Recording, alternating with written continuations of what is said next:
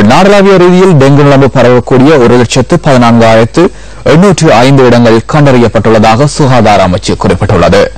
நேற்று நிறைவடைந்த தேசிய நுளம்பு ஒழிப்பு வாரத்தில் முன்னெடுக்கப்பட்ட சோதனையூடாக குறித்த இடங்கள் கண்டறியப்பட்டுள்ளன.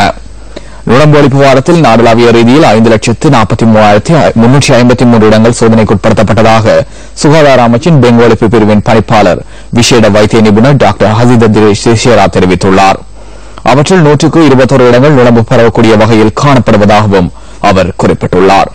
தேசிய நுளம்பு ஒழிப்பு வாரத்தில் நுளம்பு பரவக்கூடிய 19,613 இடங்களுக்கு சிவப்பு அறிவித்தல் விடுக்கப்பட்டுள்ளதாக சுகாதார அமைச்சு மேலும் தெரிவித்துள்ளது. நுளம்பு பரவக்கூடிய வகையில் சூழலை வைத்திருந்தோர் தொடர்பில் 2,700 வழக்குகளும் குறித்த காலப்பகுதிக்குள் தாக்கல் செய்யப்பட்டுள்ளன.